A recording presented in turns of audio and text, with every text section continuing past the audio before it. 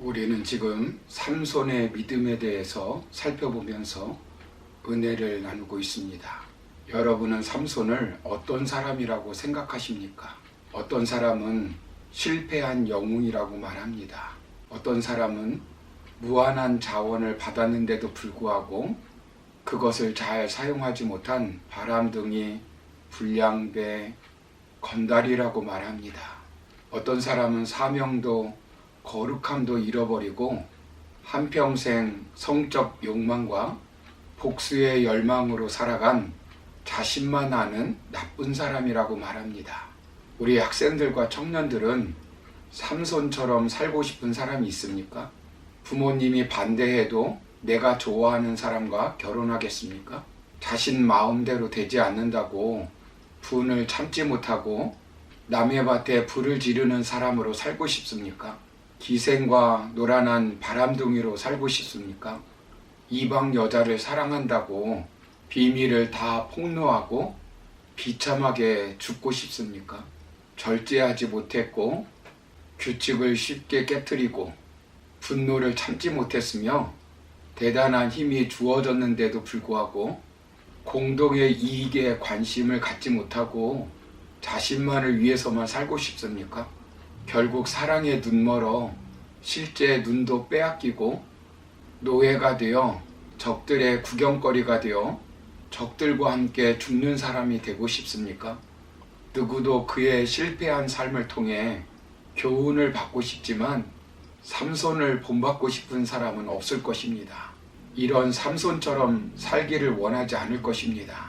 그런데 오늘 성경을 보면 믿음의 거인 16명 중에 삼손이 한 사람으로 기록되어 있습니다.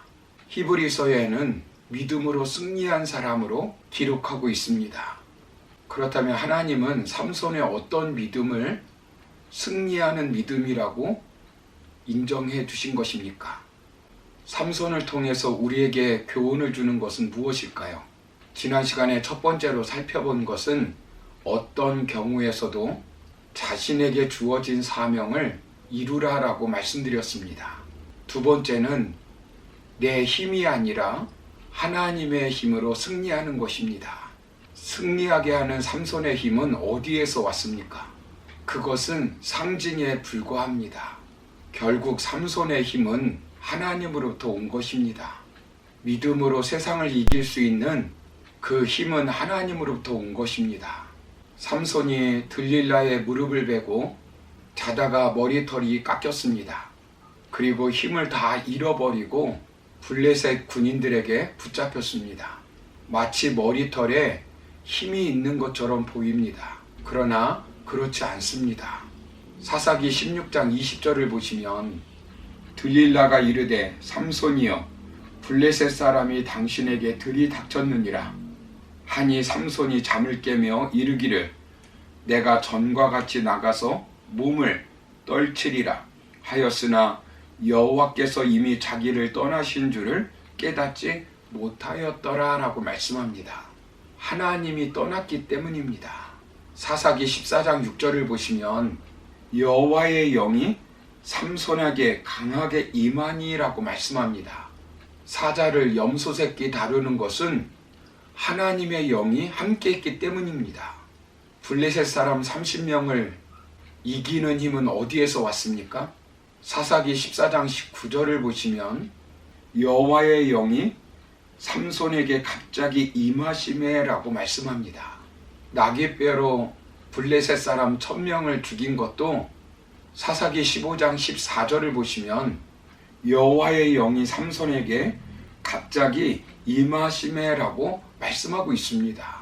삼손은 유혹에 쉽게 넘어가는 질그릇 같은 연약한 사람입니다. 분노를 조절하지 못하는 사람이었습니다. 감정을 다스리지 못하는 사람입니다. 그러나 하나님의 능력이 임하시면 얼마든지 그 어떤 전쟁에서 그 어떤 싸움에서 승리하게 해 주십니다.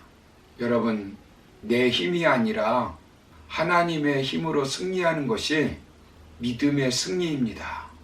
비록 허물 많고 부족하지만 하나님의 힘으로 우리는 삶의 현장에서 승리할 수 있습니다. 내 힘과 능력이 아니라 하나님의 은혜가 주어져야 결국 우리는 이 땅에서 승리의 삶을 살 수 있습니다. 우리의 시간, 우리의 재능, 우리의 물질도 하나님께 쓰임받을 때 아름답고 승리의 도구가 되는 것입니다.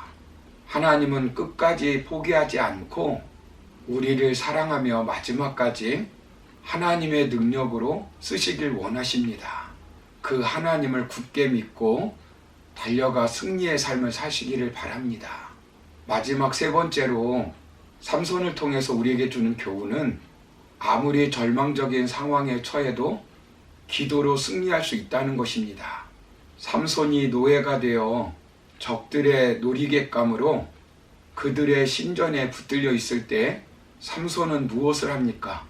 비참하게 죽을 수밖에 없었던 그 절망적인 상황에서 그의 최후를 믿음으로 승리하게 한 원동력이 무엇입니까? 사사기 16장 28절을 보시면 삼손이 여호와께 부르짖어 이르되 주 여호와여 구하옵나니 나를 생각하옵소서. 하나님이여 구하옵나니 이번만 나를 강하게 하사 나의 두 눈을 뺀 블레셋 사람에게 원수를 단번에 갚게 하옵소서라고 기록하고 있습니다. 하나님께 부르짖어 기도합니다. 간절히 기도합니다. 절망적인 상황에서 애절하게 간절히 간구합니다. 삼손의 기도가 두 번 나옵니다. 삼손이 나귀뼈로 1,000명과 싸움에서 승리하고 목이 말라 죽을 위기에 처했을 때 그는 하나님께 부르짖었습니다. 그때 어떤 일이 벌어졌습니까? 사사기 15장 19절을 보시면 하나님이 레이에서 한 우묵한 곳을 터뜨리시니 거기서 물이 솟아나는지라. 삼손이 그것을 마시고 정신이 회복되어 소생하니 그러므로 그 샘 이름을 에낙고레라 불렀으며 그 샘이 오늘까지 레이에 있더라 라고 말씀합니다. 기도할 때 하나님께서 물을 내어 그를 살려주었습니다. 그래서 그 이름을 에낙고레로 불렀습니다. 부르짖는 자의 샘이라고 하는 뜻입니다. 하나님은 오늘날도 부르짖는 자에게 샘이 되어 주십니다. 기도로 영적 전쟁에서 승리할 수 있습니다. 예수님은 기도 외에는 이런 유가 나갈 수 없다고 말씀하셨습니다. 절망적인 상황에서 승리할 수 있는 비결은 기도입니다. 삼손은 전쟁 중에 죽은 유일한 사사지만 마지막까지 믿음의 기도로 승리한 사람입니다. 그러므로 우리는 삼손에 대해서 살펴보면서 어떤 상황에서도 믿음으로 사명을 이룸으로 승리의 삶을 살기를 바랍니다. 그리고 내 힘이 아니라 하나님의 힘으로 승리하시기를 바랍니다. 그리고 마지막으로 아무리 절망적인 상황에서도 기도로 승리하여 하나님께 영광 돌리며 살아가는 저와 여러분 다 되기를 주님의 이름으로 축원합니다. 감사합니다.